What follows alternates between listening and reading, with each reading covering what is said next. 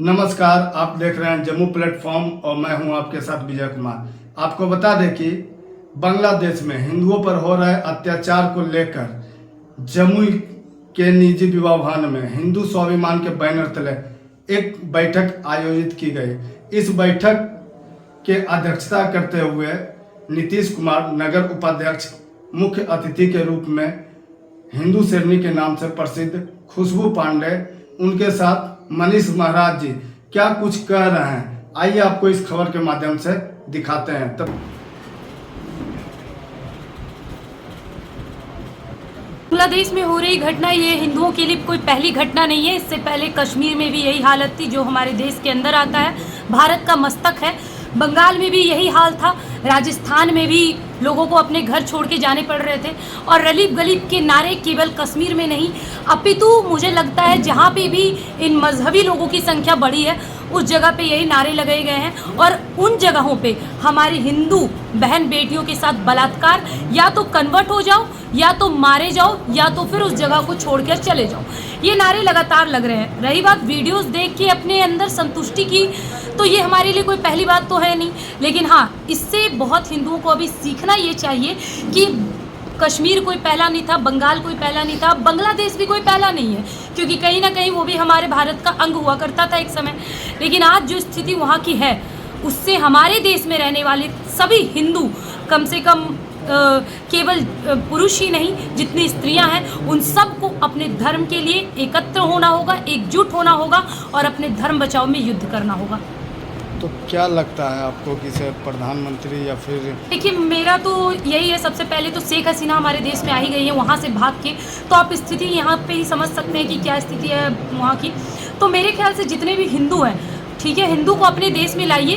CANRC की भी बात हो रही थी, लेकिन मुझे लगता है ये कानून जिस स्तर पर लागू होना चाहिए था उस स्तर पर लागू हो नहीं पाया, जिसकी वजह से हमें आज ये मंजर देखना पड़ रहा है। लेकिन हाँ, इतना ज़रूर कहेंगे कि अभी जो हमने सरकार हमने बार बार बनाई है, ये बोल के कि ये हिंदुत्व की सरकार है, तो अब कम से कम हमारी सरकार को हम हिंदुओं के लिए एक्शन लेना होगा। हम हिंदू जहाँ हैं, जिस जगह हैं, जिस भी तरह से हैं, हम हिंदुओं के लिए हमारी सरकार को खड़े रहना पड़ेगा। जिस प्रकार अगर आप देखे होंगे, फ़िलिस्तीन में भी कुछ दिन पहले ये बॉलीवुड वाले रो रहे थे, देश के सभी नेताओं के आंखों से आंसू निकल रहे थे, भाई ऐसा क्यों हो गया।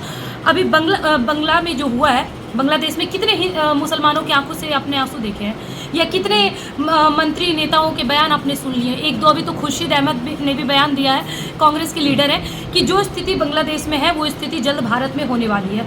तो इससे कहीं ना कहीं हमारी सरकार को सचेत होना चाहिए।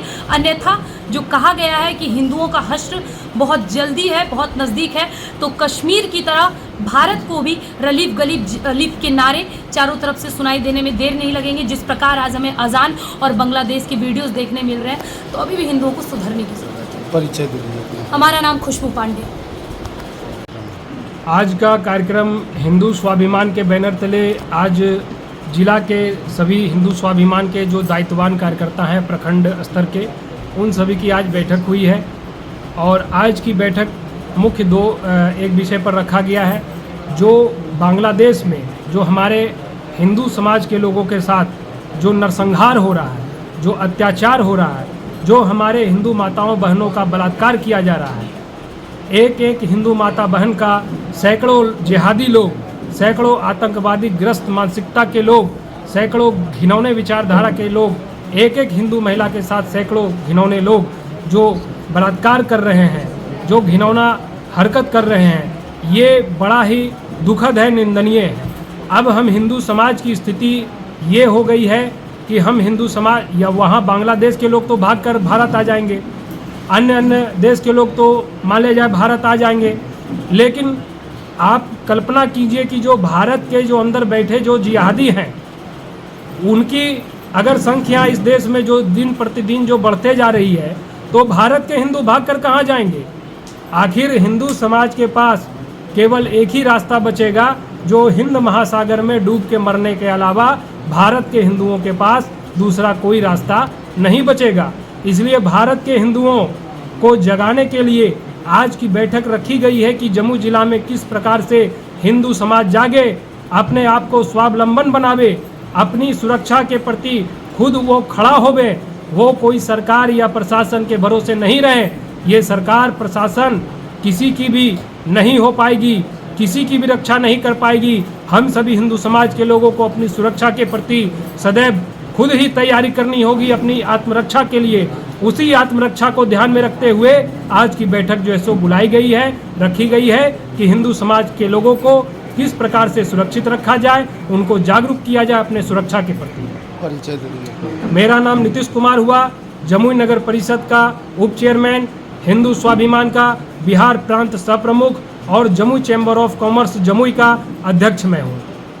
जिसे जो आज देखिए, हिंदू हर हमेशा से यही केवल आंसू दिखा सकता है, ताली बजा सकता है, जय श्री राम बोल सकता है, लेकिन जब लड़ने की बारी आती है तो कायरता दिखाता है। घर से निकलेगा नहीं और सबको कहेगा हिंदू एक हो, हिंदू एक हो, लेकिन एक होगा नहीं।